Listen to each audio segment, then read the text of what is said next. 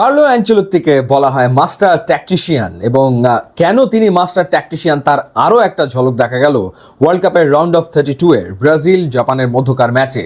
First হাফে Japan 1 গোলে এগিয়ে, সেকেন্ড হাফে ব্রাজিল ট্রিমেন্ডাস প্রেসারে খেলায় ফিরতে খেলায় জিততে তাদেরকে গোল করতে হবে এবং সেকেন্ড হাফে কার্লো অ্যানচেলত্তি প্রথম যে চেঞ্জটা করলেন, পাকেতার পরিবর্তে মাঠে নামালেন ইয়াং এনরিককে এবং দ্বিতীয় যে চেঞ্জটা করলেন কুনিয়ার পরিবর্তে মাঠে নামালেন মার্তিনেল্লিকে।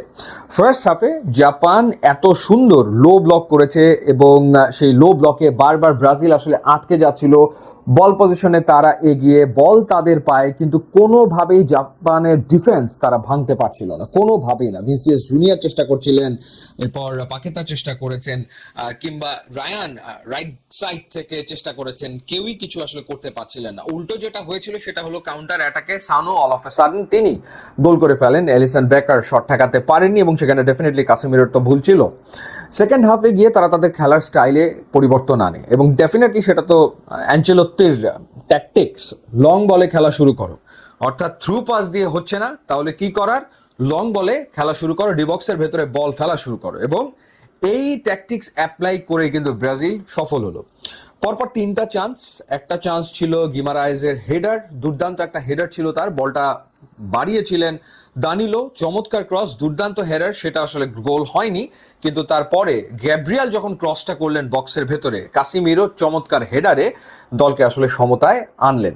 সো এই যে খেলার স্টাইলে পরিবর্তন করে ফেলাটা, জাপানের যে লো ব্লক, তাদের যে জোনাল মার্কিং, সেটাকে ভাঙতে গেলে আসলে লম্বা বলে খেলতে হবে, ক্রস করতে হবে ডিবক্সের ভেতরে, সেটা ব্রাজিল করা শুরু করে এবং লিটারালি সেকেন্ড হাফে গিয়ে ব্রাজিলের মতো খেলা শুরু করে এবং যে গোলটা হয়েছে মার্তিনেল্লি শেষ মুহূর্তে, অর্থাৎ শেষ বাঁশি বাজার একটু আগে, সেই গোলটাও তৈরি করে দিয়েছেন গিমারায়েজ। অসাধারণ খেলেছেন এই ম্যাচে। শুধু এই ম্যাচে না, আমার মনে হয় যে গ্রুপ পর্বের 3টা ম্যাচ এবং এই ম্যাচ 4টা ম্যাচেই গিমারায়েজ অসাধারণ ফুটবল খেলেছেন। ওয়েল, ভিনিসিয়াস জুনিয়র ওয়ার্ল্ড কাপে তার 5ম গোলটা পেতেই পারতেন। হি ওয়াজ আ বিট আনলাকি, কারণ তার নেওয়া শটটা সাইড পোস্টে গিয়ে আসলে লেগেছে, না হলে 5ম গোল তার আসলে হয়ে যেত। জাপান কখনো আসলে বিশ্বকাপের নকআউট পর্বে জেতেনি, বাট এই জাপান যে ব্রাজিলকে টাফ টাইম দেবে সেটা আসলে অনুমান করাই যাচ্ছিল, কারণ জাপান আসলে গ্রুপ পর্বে নেদারল্যান্ডসের এগেনস্টে 2-2 গোলে ড্র করেছে, দুর্দান্ত ফুটবল খেলেছে। সুইডেনের এগেনস্টে তারা 1-1 গোলে ড্র করেছে। লাস্ট 10টা ম্যাচে ইউরোপিয়ান সাইডের কাছে জাপান আসলে হারেনি।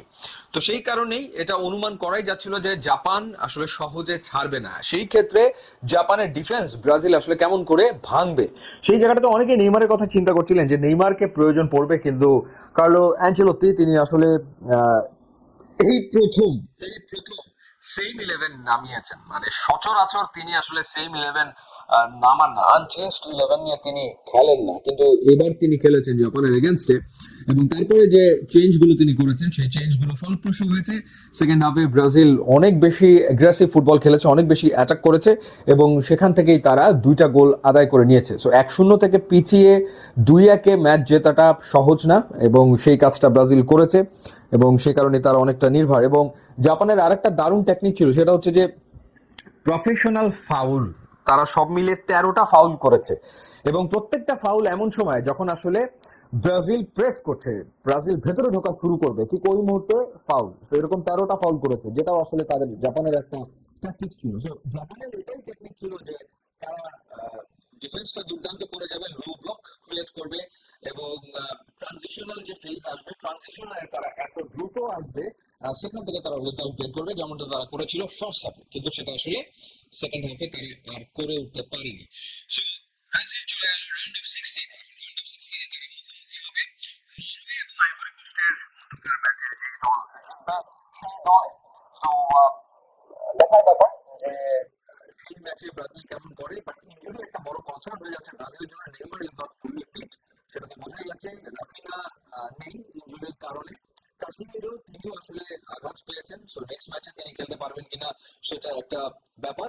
সো সেই ক্ষেত্রে দেখার বিষয় যে কিভাবে ব্রাজিল নিজেদেরকে সেট করে for the next match. But Carlo Ancelotti master tactician, মানে রিয়াল মাদ্রিদে তিনি কত ম্যাচ জিতেছেন শেষ মুহূর্তের ম্যাজিকে, শেষ মুহূর্তে কোনো একটা ক্যারিশমা করে, শেষ মুহূর্তে কোনো একজন প্লেয়ারকে মাঠে নামিয়ে।